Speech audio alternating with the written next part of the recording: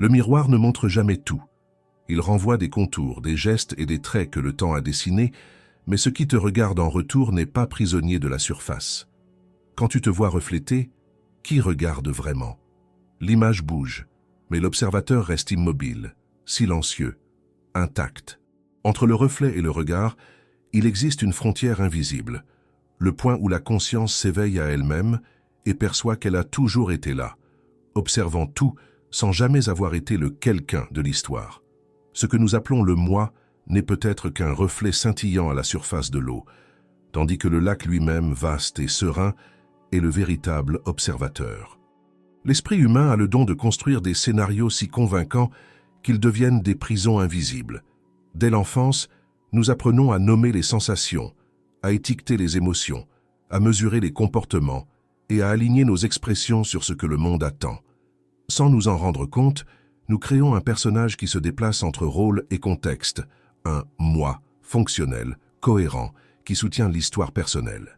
Ce personnage n'est pas faux parce qu'il existe, mais illusoire parce qu'il se confond avec ce que nous sommes vraiment. Il est le produit d'une architecture psychique sophistiquée, façonnée par les souvenirs, les comparaisons et les attentes. L'image de soi naît comme un reflet que l'esprit projette pour se reconnaître dans le miroir du monde. C'est une construction adaptative, un outil de survie sociale. Cependant, le problème commence lorsque la projection en vient à croire qu'elle est le projecteur. La pensée crée l'idée de « moi » et ensuite ce « moi » prend le contrôle, réagit, se défend, cherche l'approbation et craint l'oubli. Chaque fois que la conscience s'identifie à cette figure, elle perd la liberté silencieuse d'observer simplement. L'esprit, dans son désir de sécurité, devient un sculpteur incessant. Chaque expérience est taillée comme une pièce d'un visage invisible que nous appelons identité. Quand quelque chose nous flatte, nous ajoutons de la brillance à la sculpture. Quand quelque chose nous blesse, nous essayons d'en réparer la fissure. Mais le sculpteur est le même que l'œuvre. L'esprit travaille sur lui-même, tentant d'atteindre une perfection impossible. Et plus il s'efforce, plus il s'éloigne de ce qui observe réellement. La présence qui n'a pas besoin de forme pour exister. Le moi qui se présente dans les pensées est une narration de continuité. Il dit « j'ai fait, j'ai ressenti, je veux ». Mais qui est ce « je » qui parle? Chaque fois qu'une pensée surgit, elle apporte une version du personnage, légèrement modifiée, mise à jour par les circonstances. C'est comme regarder un film où le protagoniste change de visage à chaque scène, mais insiste pour dire qu'il est le même. La continuité n'est qu'une illusion de montage, un effet d'édition produit par la mémoire. Percevoir cette mécanique, ce n'est pas nier l'individualité, mais la libérer de la confusion avec le masque. La conscience n'a pas besoin de détruire l'image de soi. Il suffit de la voir pour ce qu'elle est, un reflet temporaire de quelque chose de plus vaste.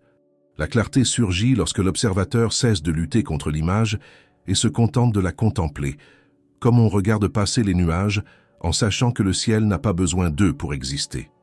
L'image de soi est, au fond, une tentative de l'esprit de stabiliser l'incontrôlable. Elle organise les expériences pour éviter le chaos, définit des frontières pour ne pas se perdre dans l'infini. Mais la vie ne tient pas dans des frontières. La conscience qui observe est toujours au-delà des limites. Et c'est pourquoi l'effort de l'enfermer dans une identité engendre la souffrance. Cette souffrance ne vient pas du monde, mais de la friction entre ce qui est fluide et ce qui tente d'être solide. Observe un instant la façon dont tu te penses, les images internes, les mots que tu utilises pour te décrire, les souvenirs que tu sélectionnes pour te justifier. Chacun d'eux est un fragment d'un collage. Aucun, pris isolément, n'est toi. Et tous ensemble, ils ne sont encore qu'un dessin approximatif, créé par l'esprit pour donner un sens à ce qui ne peut être contenu. La conscience est le papier invisible sur lequel ce collage est fait, et elle reste intacte, même lorsque le dessin change complètement. Quand nous commençons à voir cette illusion, quelque chose de subtil se produit. L'attachement au personnage s'affaiblit. La peur de ne pas être à la hauteur perd de son intensité. Les comparaisons deviennent moins séduisantes et la quête de validation perd son éclat. Non pas parce que nous devenons indifférents, mais parce que nous commençons à reconnaître que la valeur ne se trouve pas dans l'image reflétée, mais dans le regard qui perçoit le reflet. Ce regard n'a besoin ni d'applaudissements ni de définition. Il voit simplement et en voyant, il libère. Il est curieux de constater comme la société renforce l'inverse. On nous enseigne à investir dans la construction d'une persona toujours plus polie, cohérente, optimisée. Le marché, les réseaux et même les liens affectifs exigent une performance de cohérence. Pourtant, la cohérence que nous recherchons est artificielle, car la conscience est vivante. Et ce qui est vivant change. Quand l'esprit tente de figer le moi dans un portrait permanent, il nie le mouvement essentiel de l'existence.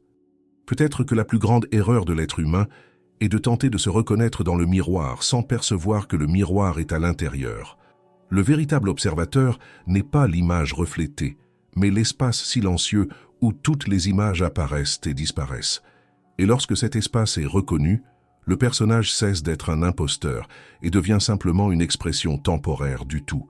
Dissoudre l'illusion de l'image de soi n'est pas un acte de négation, mais de lucidité. C'est comprendre que le moi pensé n'est qu'un instrument, une interface. Il sert à naviguer dans le monde, mais il n'est pas le capitaine du voyage. Le capitaine est l'observateur silencieux, celui qui n'est jamais né et ne meurt jamais, celui qui contemple simplement le flux infini des formes qui viennent et s'en vont. Quand cette distinction devient vivante en nous, la vie cesse d'être une défense et devient une observation continue. Le personnage agit, mais le regard demeure libre. La naissance de l'observateur ne se produit pas comme un événement spectaculaire. Il n'y a ni lumière, ni épiphanie retentissante. Ce qui se passe est un déplacement subtil, presque invisible, comme le moment où le vent change de direction et que le lac commence à onduler dans un autre sens. La conscience, auparavant fusionnée au flux des pensées, perçoit soudain qu'elle peut les regarder. Cette simple constatation, je pense, marque le début de la séparation entre l'observé et l'observateur. C'est le premier aperçu d'une liberté qui ne dépend pas des circonstances. Jusqu'alors, l'esprit vit dans un état d'hypnose. Il croit être le centre de toutes les actions, émotions et décisions. Chaque pensée surgit avec l'autorité d'une vérité. La personne ressent de la colère et croit être la colère elle-même, ressent de la peur et croit être la peur. Tout se mêle en un courant continu, et il n'y a pas assez de distance pour questionner l'origine du mouvement. Mais à un certain moment, par épuisement, silence ou hasard, quelque chose observe le tourbillon et reconnaît que ce qui passe ne peut pas être ce qui est. Cette reconnaissance est une naissance intérieure.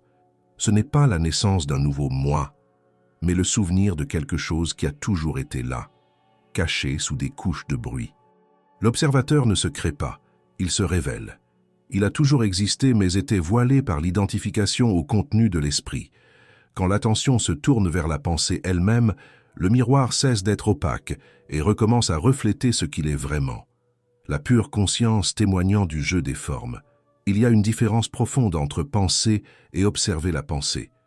Penser, c'est être à l'intérieur du flux, emporté par lui. Observer, c'est sortir du fleuve et voir le courant de l'extérieur. Lorsque cette différence devient claire, la conscience commence à récupérer le pouvoir qu'elle avait cédé à l'esprit. L'esprit continue de penser, mais les pensées perdent de leur gravité. Elles surgissent, remplissent leurs fonctions et se dissolvent, comme des nuages qui passent dans le ciel. L'observateur est le ciel lui-même, vaste, silencieux, immuable, même quand les tempêtes semblent le dominer. Beaucoup confondent cet éveil avec un état mystique ou éloigné de la vie quotidienne, mais en réalité, il est profondément pratique. L'observateur naît au moment où tu perçois une émotion sans en devenir prisonnier. C'est lorsque tu ressens de l'irritation, mais qu'au lieu de réagir, tu remarques simplement « il y a de l'irritation ». Cette petite pause est un portail. En elle, quelque chose de plus grand que l'émotion se reconnaît comme présent. La conscience observe l'esprit et par cet acte rompt des siècles de conditionnement automatique. Au début, l'observateur semble fragile, comme une flamme entourée de vents forts. L'habitude de s'identifier aux pensées est ancienne et persuasive. Il suffit d'un jugement, d'un souvenir ou d'une inquiétude pour que le personnage reprenne le contrôle. Mais chaque retour à l'observation renforce la flamme. Peu à peu, la conscience apprend à demeurer stable, même lorsque le scénario mental s'intensifie. C'est comme si le centre de la perception changeait de lieu, de la tempête à l'œil de la tempête. Il y a quelque chose de profondément humain dans ce processus. La naissance de l'observateur n'annule ni la personnalité ni l'histoire. Elle les replace simplement en perspective. Le corps continue d'agir, les émotions continuent de surgir, les pensées continuent de tourner. La différence, c'est qu'il existe désormais un fond de silence qui soutient tout. L'observateur n'est pas un personnage alternatif, mais le champ où tous les personnages apparaissent. Ce renversement de perception est si radical qu'il défie la notion même d'identité. Le beau moi pensé commence à se révéler comme une succession d'images transitoires. L'observateur, lui, n'a ni forme, ni âge, ni frontières. Il est l'espace où le temps se déroule. Quand cela est vu, la peur de disparaître se dissout, car il devient évident que ce qui disparaît, ce sont seulement les formes, jamais le regard qui les perçoit. L'instant de la naissance de l'observateur est, paradoxalement, le commencement et la fin. Commencement, car il ouvre une nouvelle manière d'être au monde. Fin, car il met un terme au règne de l'automatisme. L'esprit, autrefois maître absolu, est désormais vu comme un outil. Et comme tout outil, il fonctionne mieux lorsqu'il est utilisé avec conscience. La clarté remplace le contrôle, et le silence devient plus éloquent que n'importe quelle pensée. Pour beaucoup, cette reconnaissance survient à des moments inattendus, en contemplant l'horizon, en écoutant une musique, en regardant le soleil se lever en silence. Dans ces pauses, l'esprit s'apaise suffisamment pour que l'observateur soit remarqué. Ce n'est pas quelque chose que l'on conquiert, mais quelque chose que l'on permet. L'effort empêche, le relâchement révèle. Quand on cesse d'essayer d'observer et qu'on se contente d'être présent, l'observateur émerge naturellement, comme la lumière qui apparaît lorsque les nuages se dissipent. Cette naissance n'est ni linéaire ni définitive. C'est un processus qui s'approfondit chaque fois que la conscience se souvient d'elle-même. Chaque fois qu'une pensée, une émotion, une impulsion est observée, l'observateur mûrit. Avec le temps, cette perception s'élargit jusqu'à tout inclure. Le corps, l'environnement, l'acte même d'observer. À ce stade, le regard et le vu ne sont plus séparés. Ils sont les expressions d'un même champ conscient. Mais c'est une autre étape, celle qui commence lorsque l'observateur reconnaît qu'il n'est jamais né, qu'il s'est simplement éveillé à ce qu'il a toujours été. L'esprit est un artiste prolifique. Il crée des images, des histoires, des paysages émotionnels et les projette dans l'espace intérieur comme s'ils étaient des réalités indépendantes. L'observateur, encore jeune dans son éveil, se laisse souvent séduire par ses créations. Il croit voir le monde, alors qu'en réalité il contemple le reflet de ses propres idées. C'est le moment où le regard se confond avec ce qu'il voit et où le miroir devient le décor lui-même. C'est la phase où la conscience se perd dans ses propres replis. La pensée est un mécanisme fascinant. Elle possède la capacité de représenter, d'anticiper, de se souvenir, d'imaginer. Mais lorsque l'observateur s'identifie à ces représentations, la lucidité se rétrécit. C'est comme si la lentille de la perception était recouverte d'une fine couche de poussière. On peut encore voir, mais ce qu'on voit est déformé. L'esprit crée un monde de signification, et la conscience hypnotisée se met à réagir à ce monde comme s'il était réel. Un souvenir douloureux, par exemple, n'est qu'une pensée qui surgit, mais lorsque l'attention s'y colle, le corps revit les mêmes sensations du passé.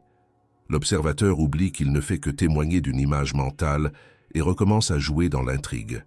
Cette confusion est la racine de presque toute souffrance humaine. La conscience en elle-même ne souffre pas. La souffrance naît lorsque l'observateur croit être l'observé. Quand une pensée de peur surgit et que la conscience la prend pour vraie, le corps répond comme si le danger était immédiat. Lorsqu'un souvenir de rejet apparaît et que l'esprit le revit comme présent, le cœur se ferme. Le regard, identifié à ses propres créations, perd sa transparence. C'est comme si la lumière, en illuminant les formes, oubliait qu'elle n'est pas l'une d'elles. Le processus de discernement entre l'observateur et l'observé exige une attention douce mais constante. Ce n'est pas un effort mental, mais une sensibilité croissante. L'observateur doit apprendre à voir les formes sans en devenir prisonnier. Observer une pensée, c'est comme regarder un oiseau traverser le ciel. Il apparaît, dessine son vol et disparaît sans laisser de traces dans l'espace. Lorsque l'observateur le perçoit directement, l'esprit perd son pouvoir d'emprisonner. L'image interne cesse d'être une cage et redevient un simple mouvement passager. La confusion entre le regard et le vu se manifeste de manière subtile. Parfois, l'observateur devient complice de son propre jugement. Une pensée critique surgit et, sans s'en rendre compte, la conscience l'alimente, croyant être sincère ou réaliste. D'autres fois, l'esprit crée une image idéalisée de lui-même et l'observateur tente d'y correspondre, croyant que cette image est sa véritable essence. Dans les deux cas, le regard se perd dans la forme. La perception, au lieu d'illuminer, se met à se courber devant le reflet. Il existe une métaphore qui aide à comprendre ce mouvement. Imagine la mer et les vagues, l'observateur et la mer, profonde, silencieuse, stable. Les pensées, les émotions et les perceptions sont les vagues qui se soulèvent et se défont. Lorsque l'observateur s'oublie, il devient la vague. Il se sent vulnérable, limité, à la merci du vent. Lorsqu'il se souvient de sa nature, il perçoit qu'il a toujours été la mer, même lorsqu'il s'exprimait comme vague. La confusion se dissipe lorsque ce souvenir se stabilise, et la vague se remet à savoir qu'elle est faite de la même eau que l'océan. Mais l'esprit ne se rend pas facilement. Il est ingénieux dans ses stratégies de distraction. Il crée des récits spirituels, des idéaux d'illumination, des comparaisons subtiles entre le moi conscient et le moi inconscient. Tout cela, ce sont de nouvelles formes d'identification, de nouveaux miroirs où le regard se voit reflété. L'esprit spiritualisé peut être encore plus séduisant que l'esprit ordinaire, car il revêt les habits de la sagesse. L'observateur doit apprendre à voir même le désir d'être l'observateur comme un mouvement de plus à témoigner. Quand même cela est vu, il ne reste que la vision pure. Le retour à la clarté n'est pas un acte de volonté, mais d'abandon. C'est le moment où l'observateur reconnaît qu'il n'a pas besoin de lutter contre les formes pour en être libre. Il se contente de les voir, et en les voyant, il dissout la confusion. Le regard n'a pas besoin de rejeter ce qu'il voit. Il a seulement besoin de se souvenir qu'il est plus vaste que tout ce qui apparaît. Ce souvenir n'est pas intellectuel. Il est vécu, senti, respiré. C'est la quiétude qui surgit lorsque le regard cesse de chercher quelque chose dans ce qu'il observe et revient se reposer en lui-même. Quand l'observateur comprend que l'observé n'est que l'expression de sa propre lumière, la séparation cesse d'avoir un sens. La confusion cède la place à l'intégration et le regard devient comme un miroir translucide. Il reflète tout, mais ne retient rien. Les pensées continuent de surgir, les émotions continuent de pulser, mais il n'y a plus de possession ni de peur. L'observateur, désormais conscient de sa nature, peut plonger dans la vie sans s'y perdre. Le monde intérieur devient un champ de danse, et la conscience, l'espace où chaque pas a lieu. Le regard qui se retrouve lui-même n'a plus besoin de fuir ses propres créations. Il les reconnaît comme les parties d'un même mouvement, des expressions passagères d'une présence éternelle. Ce qui était auparavant confusion se transforme en art. L'observateur comprend qu'il n'a jamais cessé d'être le créateur et que l'observé a toujours été une forme temporaire de sa propre lumière. L'esprit fonctionne comme un projecteur qui ne s'éteint jamais. À chaque instant, il projette des images sur l'écran invisible de la conscience.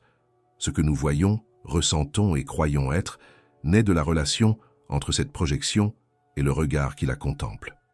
Lorsque la conscience s'identifie aux images projetées, surgit l'illusion d'une identité solide, cohérente, continue.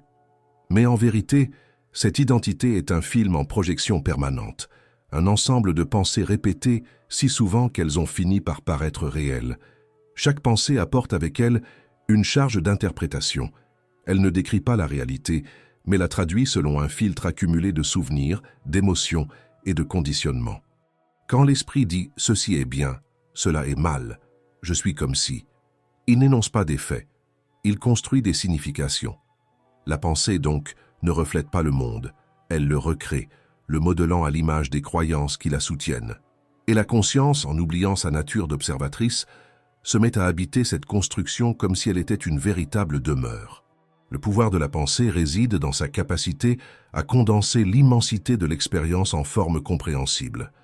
Sans elle, le monde serait un flux ininterrompu et indicible. Mais lorsque l'esprit confond la traduction avec l'expérience elle-même, la perception se rétrécit. La réalité vivante est remplacée par une carte mentale. Et, comme toute carte, elle n'est utile que tant qu'on ne la confond pas avec le territoire. Le problème commence Lorsque l'être humain vit la carte comme si elle était le chemin, croyant que la pensée a le pouvoir de capturer la totalité du réel. Chaque pensée sur « qui suis-je » renforce l'idée d'un centre personnel séparé. Au fil du temps, ce centre se consolide comme un masque de cohérence. Je suis intelligent, je suis peu sûr de moi, je suis spirituel, je suis logique. De telles étiquettes finissent par organiser la manière dont la conscience se perçoit. L'identité devient un système d'auto-explication, une structure symbolique qui filtre tout ce qui est perçu. Ce qui s'accorde avec le personnage est accueilli, ce qui le défie est nié. Ainsi, la pensée ne fait pas seulement façonner la perception, elle la défend aussi, en maintenant intacte la fiction du moi. Ce qui est intéressant, c'est que ce processus se déroule silencieusement. La plupart des pensées ne sont pas délibérées, mais automatiques. Elles surgissent comme des réflexes conditionnés, expression d'un pattern collectif et personnel. C'est comme s'il y avait un narrateur interne décrivant le monde sans arrêt, et la conscience, distraite, acceptait cette narration comme vérité. Le narrateur dit « tu n'en es pas capable », et le corps réagit par la tension. Il dit « cela a été une erreur », et la poitrine se ferme. La pensée devient le maître invisible de toutes les sensations et actions, et la perception s'adapte à sa musique. Mais l'observateur, lorsqu'il s'éveille, commence à percevoir que le maître n'est qu'un son de plus dans l'orchestre. La pensée n'est pas la chef de la vie, mais une note à l'intérieur d'elle. Cette perception change tout. Ce qui était autrefois un récit rigide commence à être vu comme mouvement, comme vibration éphémère. Quand on observe la pensée sans y croire, quelque chose s'ouvre. L'espace entre une pensée et l'autre révèle une clarté qui n'appartient pas à l'esprit. C'est dans cet intervalle que la conscience reconnaît sa propre nature, vaste, silencieuse, illimitée. Les pensées façonnent la perception parce que l'esprit crée ce qu'il croit voir. Si tu penses que le monde est hostile, tes yeux chercheront des preuves en ce sens. Si tu crois être aimé, la même réalité paraîtra accueillante. La pensée agit comme une lentille colorée sur le neutre. Et le neutre, c'est le réel, ce qui est au-delà de l'interprétation. Défaire la lentille, ce n'est pas cesser de penser, mais voir la pensée comme pensée, et non comme réalité. Lorsque cette distinction devient vivante, l'identité artificielle commence à se défaire. Cette identité n'est pas un ennemi, c'est une étape de la conscience. Elle remplit une fonction évolutive, permet la communication, l'action, la construction. Mais si l'être humain croit n'être que ce masque, il en vient à vivre dans un labyrinthe de miroirs.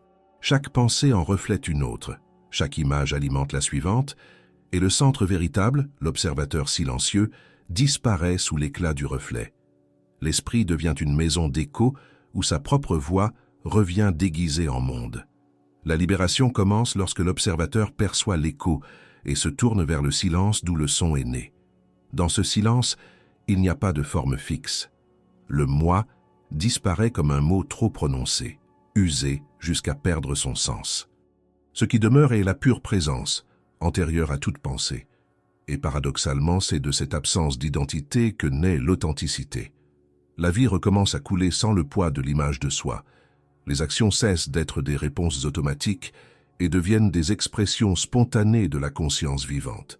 L'esprit continuera à produire des pensées, c'est sa nature. Ce qui change, c'est l'endroit d'où l'on voit. Lorsque la conscience sait que la pensée n'est qu'un mouvement à l'intérieur d'elle, il n'y a plus d'emprisonnement. Le « moi » cesse d'être une construction et devient un verbe. Observer, percevoir, exister. Et ce qui était auparavant une identité rigide se transforme en un miroir transparent, où rien ne se fixe et tout se reflète. À ce stade, la pensée revient à sa fonction originelle, être un pont, non une prison. La conscience libre traverse ce pont pour revenir au réel.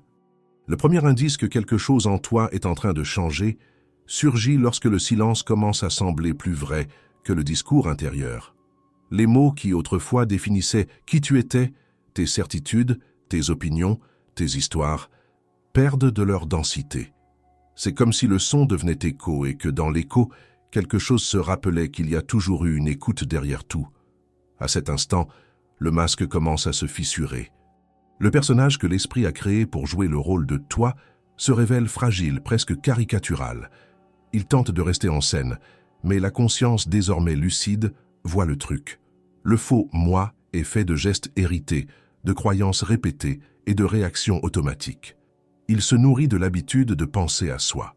Chaque souvenir, chaque comparaison, chaque victoire ou échec renforce sa présence. C'est une figure construite sur des histoires.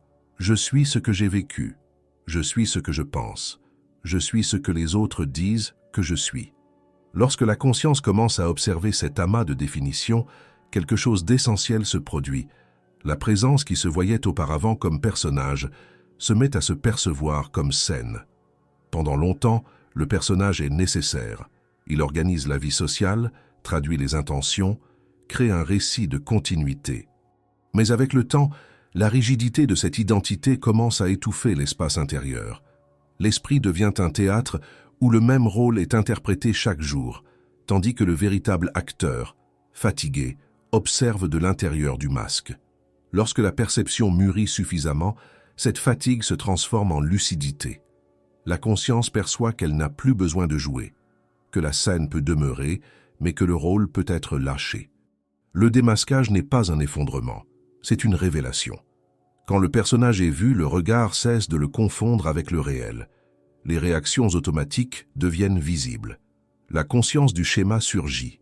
Ce que je ressens maintenant n'est que le scénario du personnage qui se répète. Cette vision crée un intervalle, un espace entre l'impulsion et la réponse. Dans cet espace, l'observateur s'éveille. Il n'essaie pas de changer le personnage, il se contente de l'éclairer. Et le simple fait de voir le mécanisme lui fait perdre de sa force. L'esprit tente de résister. Il redoute l'idée de n'être personne. Il cherche de nouveaux rôles plus raffinés. Le moi spirituel, le moi équilibré, le moi qui comprend l'ego. Mais la conscience, lorsqu'elle mûrit, reconnaît déjà le déguisement. Elle sait que toute tentative de se définir est un tour de plus dans le même cercle. Être l'observateur n'est pas un nouveau rôle, c'est l'abandon du besoin d'en avoir un. Ce qui reste lorsque la représentation cesse, c'est la simplicité de la présence, quelque chose qui n'a pas besoin d'être expliqué pour être réel. Cette transition, toutefois, peut donner le vertige. L'identité a toujours offert une sensation de stabilité, même illusoire. Lorsqu'elle se dissout, l'esprit craint le vide. Mais ce vide n'est pas l'absence, c'est la liberté. C'est l'espace où la vie recommence à couler sans intermédiaire. L'observateur perçoit que les émotions continuent, que les pensées continuent, mais qu'il n'y a plus personne à l'intérieur d'elles. Elles apparaissent et disparaissent dans un champ silencieux qui demeure intact. Le démasquage est aussi la redécouverte de l'humilité. Sans le personnage, rien n'a besoin d'être défendu. Les opinions perdent le poids des drapeaux et la vulnérabilité cesse d'être une faiblesse. Surgit une transparence qui ne cherche pas à paraître sage ni correcte. La conscience est simplement claire, sans effort, comme la lumière qui n'a pas besoin de prouver qu'elle est claire. Dans cet état, la vie quotidienne change de texture. Les conversations deviennent plus lentes, les gestes plus entiers, les réactions plus légères. La présence devient l'axe silencieux de toutes les actions. Il n'y a plus de hâte à avoir raison ni de peur de se tromper, car l'observateur comprend que l'erreur et la justesse n'appartiennent qu'au scénario du personnage. Il observe le mouvement, mais ne s'y confond plus. Reconnaître le personnage, c'est comme regarder dans le miroir et pour la première fois, ne pas voir un visage fixe, mais l'espace qui le reflète. Le moi se révèle comme un son qui s'étue, laissant l'écho se dissiper dans l'air. Ce qui reste, c'est le silence qui a toujours été là, invisible mais vivant. C'est de ce silence que naît la véritable liberté. Non pas la liberté d'être qui l'on veut, mais la liberté de n'avoir besoin d'être personne pour être en paix. Si, en entendant ces mots, quelque chose en toi ressent un léger décollage du personnage, comme si le regard s'éloignait un peu de l'histoire personnelle, observe cela. Ce petit espace est le début du démasquage. C'est en lui que le faux « moi » commence à perdre son centre et que l'observateur s'éveille dans sa plénitude. Et si cette perception a déjà commencé à se mouvoir en toi, partage-la. Écris en commentaire « Je reconnais le personnage et je choisis de demeurer dans le regard ». Que ce geste soit un rappel visible de la présence silencieuse qui commence maintenant à se reconnaître chez beaucoup. Et si ces mots ont touché cet espace en toi, aime cette vidéo comme quelqu'un qui affirme « Je vois ». Le simple acte de voir est déjà le début de la liberté. Le contrôle est le dernier déguisement de l'esprit. Lorsque le personnage commence à s'effondrer et que l'illusion de l'identité devient visible, la pensée prend une autre forme, celle d'un veilleur qui tente de préserver le peu de stabilité qui reste. Surgit alors l'idée qu'il faut contrôler les pensées, dominer les émotions, maintenir la présence. Mais celui qui tente de contrôler est le même mécanisme qui crée l'emprisonnement. L'esprit tente de surveiller l'esprit lui-même, et le résultat est la tension, une tentative inutile de contenir le flux de la vie avec les mains fermées. La véritable libération ne se produit pas lorsque l'esprit est contrôlé, mais lorsqu'il perd la domination sur l'expérience. C'est un mouvement inverse. Au lieu d'essayer de conduire la rivière, la conscience se laisse conduire par elle. Le contrôle est une forme subtile de peur. C'est le désir de garantir de la sécurité face à l'imprévisible. La présence pure, au contraire, naît de la confiance en ce qui ne peut être prévu. Elle n'essaie pas de choisir le chemin de l'eau, elle se reconnaît simplement comme le lit même par où elle coule. Le contrôle mental est alimenté par la croyance que les pensées sont des ennemis à vaincre. Lorsqu'on croit cela, chaque pensée se transforme en menace. Surgit la lutte intérieure. Je ne peux pas penser à ça. Je dois rester calme. Je ne dois pas ressentir de colère. Cette vigilance constante crée de la fatigue et renforce la séparation entre l'observateur et l'esprit. Cependant, l'observateur n'a pas besoin de lutter. Il voit simplement. Et en voyant, il dissout le conflit. L'esprit s'apaise non pas parce qu'il a été subjugué, mais parce qu'il a été accueilli. La libération du contrôle est un abandon conscient. C'est le moment où la présence perçoit que la pensée n'a pas besoin d'être supprimée, seulement reconnue. Les pensées surgissent et disparaissent comme des respirations mentales. Elles n'appartiennent à personne. Lorsque cette perception mûrit, le corps et l'esprit commencent à fonctionner de manière plus organique, sans interférence. L'intelligence de la vie prend les commandes et le moi psychologique cesse d'être le centre. Dans cet état, l'attention cesse d'être une force d'effort et devient naturelle, comme le regard de quelqu'un qui contemple le feu sans avoir besoin de comprendre ses flammes. L'observateur n'essaie pas de rester éveillé, il est simplement éveillé. L'esprit peut produire des sons, des souvenirs, des idées, mais rien de cela ne perturbe l'espace silencieux qui observe. La présence pure ne dépend pas de l'absence de pensée. Elle existe malgré elle et souvent à travers elle. Cette libération révèle quelque chose que le contrôle ne pourrait jamais offrir. La légèreté. Le corps se détend, le temps semble s'étendre et l'action cesse d'être une obligation. Une clarté spontanée surgit, un type de sagesse qui ne vient pas de l'analyse, mais de l'écoute. Lorsque l'esprit n'a plus besoin de décider seul, les réponses surgissent d'un lieu plus profond, où la pensée n'est qu'un outil et non un tyran. L'observateur revient à sa nature, un champ de conscience libre qui permet tout et ne s'attache à rien. Ce retour à la présence pure n'est pas un état fixe, mais une manière d'exister. Il n'y a aucune garantie de permanence, car l'idée même de permanence appartient à l'esprit qui veut contrôler. L'observateur sait que l'expérience coule par vagues. Parfois il y a du silence, parfois du bruit, parfois de la clarté, parfois de la brume. Aucune de ces variations ne modifie l'espace qui observe. Le reconnaître est le début de la véritable liberté. La conscience cesse de chercher la stabilité dans la forme et trouve le repos dans le mouvement. Fait curieux, lorsque le contrôle se dissout, l'esprit fonctionne mieux. Il devient plus lucide, créatif et précis. Cela se produit parce que la peur cesse d'interférer. La pensée, lorsqu'elle n'est pas sous pression, s'écoule avec sa propre intelligence. L'observateur ne censure ni ne dirige, il témoigne simplement. Et de ce témoin silencieux naît un ordre qui n'est pas imposé, mais naturel. La vie commence à s'autoréguler, comme un organisme en équilibre avec son propre rythme. Le retour à la présence pure et le retour à la simplicité. Tout ce qui est perçu, son, odeur, sensation, idée, surgit dans le même espace conscient. Il n'y a pas de division entre dedans et dehors, entre moi et monde. L'esprit qui auparavant tentait de commander devient transparent, et ce qui reste est l'état d'être, antérieur à toute tentative d'être. La vie s'écoule, et l'observateur est la fluidité elle-même. Lorsque l'illusion du contrôle tombe, ce qui demeure est la confiance. Non pas une confiance aveugle, mais une certitude silencieuse qu'il n'y a rien à protéger. La peur se défait et le temps perd sa domination. La conscience vit ce qui arrive sans anticiper ni résister.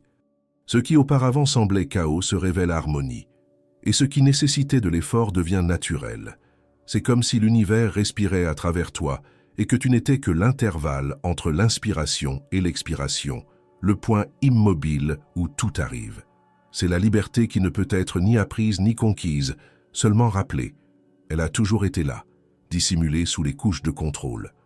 Et lorsque l'observateur y revient, il perçoit qu'il n'a jamais quitté l'endroit. Il s'est seulement distrait par le son de son propre esprit. Le contrôle n'était qu'un rêve dans le rêve. La présence, silencieuse et vaste, est l'éveil. Le jugement est le reflet le plus subtil de l'esprit, cherchant à s'affirmer. Il naît d'un élan quasi instinctif, celui de comparer, classer, mesurer. Très tôt, nous sommes entraînés à organiser le monde en opposés, juste et faux, beau et laid, meilleur et pire, comme si la réalité ne pouvait exister que divisée. Cette fragmentation donne à l'esprit une sensation de domination, de compréhension. Juger est en essence une tentative de se protéger de l'inconnu. En nommant, l'esprit croit qu'il comprend. En comprenant, il croit qu'il contrôle. Mais tout jugement est une réduction de la totalité. Lorsque la conscience s'attache aux étiquettes, elle cesse de voir ce qui se trouve réellement devant elle. La forme vient occuper la place de l'essence. Le regard ne voit plus le mouvement vivant de l'expérience, mais le concept figé qui a été projeté sur elle. Ainsi, la vie devient un miroir brisé. Chaque fragment reflète une part de vérité, mais jamais le tout. La dissolution des jugements n'est pas un exercice moral, mais un changement de perspective. Elle se produit lorsque l'observateur commence à percevoir à quel point les jugements naissent de mémoire et de conditionnement. Quand nous appelons quelque chose « bon », en réalité, nous le comparons à quelque chose que nous connaissons déjà et approuvons. Quand nous disons que quelque chose est mauvais, nous rejetons ce qui n'entre pas dans le moule que nous avons appris à considérer comme acceptable.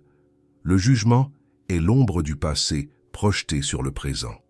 En le percevant, quelque chose s'ouvre.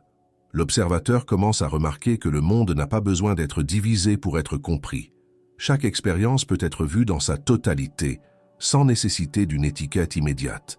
Cette vision est le premier pas vers l'expansion de la perception. L'esprit, habitué à opérer en dualité, résiste. Il craint le silence qui vient lorsque le jugement cesse, mais c'est précisément dans ce silence que la réalité se révèle dans sa profondeur. Lorsque le jugement se dissout, le regard devient pur. Pur non au sens moral, mais perceptif. La conscience voit sans interférence. Un son n'est qu'un son, une émotion n'est qu'une émotion, une personne n'est qu'un être en mouvement. Rien n'a besoin d'être corrigé ni expliqué. Ce qui surgit est accepté comme expression du tout. Cette acceptation n'est pas passivité, elle est clarté. C'est la reconnaissance que chaque chose a une place naturelle dans le flux, même ce que l'esprit appelait autrefois une erreur. L'esprit juge parce qu'il craint de disparaître. En divisant, il crée un « moi » qui choisit entre les parties. En choisissant, il renforce la sensation de contrôle. C'est pourquoi, lorsque l'observateur commence à regarder sans juger, l'esprit se sent menacé. Il s'agite, tente de réagir, exige des conclusions. Mais si la conscience maintient le regard stable, sans se laisser entraîner, quelque chose se transforme. L'énergie qui auparavant soutenait le jugement se convertit en présence. Et la présence, lorsqu'elle devient continue, dissout les frontières entre sujet et objet. Dans cet état, la perception s'étend au-delà de la forme. Ce qui auparavant était vu comme arbre, visage, pensée, commence à être perçu comme une variation d'une même substance vivante. Il n'est pas nécessaire de nommer. Le regard reconnaît l'unité derrière les différences. Tout se déplace à l'intérieur d'un champ qui n'a pas de bord, un champ où le son, la couleur, le toucher et la respiration s'entrelacent. Cette expansion n'est pas une expérience extraordinaire, mais un retour à la simplicité de la perception originelle, avant que la pensée ne la fragmente. L'absence de jugement n'est pas indifférence. Au contraire, elle élargit la compassion. Lorsque l'esprit cesse d'étiqueter, le cœur s'ouvre. La douleur de l'autre cesse d'être quelque chose à analyser pour devenir simplement ressenti, partagé. L'observateur ne cherche pas à comprendre par la raison, mais par la présence. Il devient l'espace où toutes les expériences ont lieu, sans rejet. Et dans cet espace, l'amour cesse d'être une émotion personnelle pour devenir la manière même de percevoir. Vivre sans jugement, c'est comme enlever le voile de poussière qui recouvrait le miroir de la conscience. Le reflet devient net, et ce que l'on voit n'est plus le monde divisé, mais le tout vibrant en harmonie. La beauté surgit même dans les formes qui auparavant suscitèrent de l'inconfort, car le regard reconnaît désormais le rythme de l'existence derrière elle. L'imperfection cesse d'être une faille et se révèle comme la texture de la réalité. Lorsque le jugement cesse, le temps se modifie aussi. Le passé et le futur qui auparavant nourrissaient les comparaisons perdent de leur pertinence. Reste l'instant présent, pur, sans récit. Dans cet instant, il n'y a ni bon ni mauvais, seulement ce qui est. Et ce qui est, lorsqu'il est vu sans résistance, contient une plénitude silencieuse. L'observateur devient un avec l'observé, non par effort, mais par absence de séparation. L'expansion de la perception au-delà de la forme est le point où le regard reconnaît qu'il n'y a plus de dedans ni de dehors. La conscience se voit elle-même en tout. L'arbre, le son, le corps, la pensée. Tout est le même chant en différentes vibrations. Le jugement qui auparavant créait des frontières perd son sens. La vie redevient ce qu'elle a toujours été, indivisible. L'observateur n'a plus besoin de comprendre l'univers. Il est l'univers qui se comprend lui-même.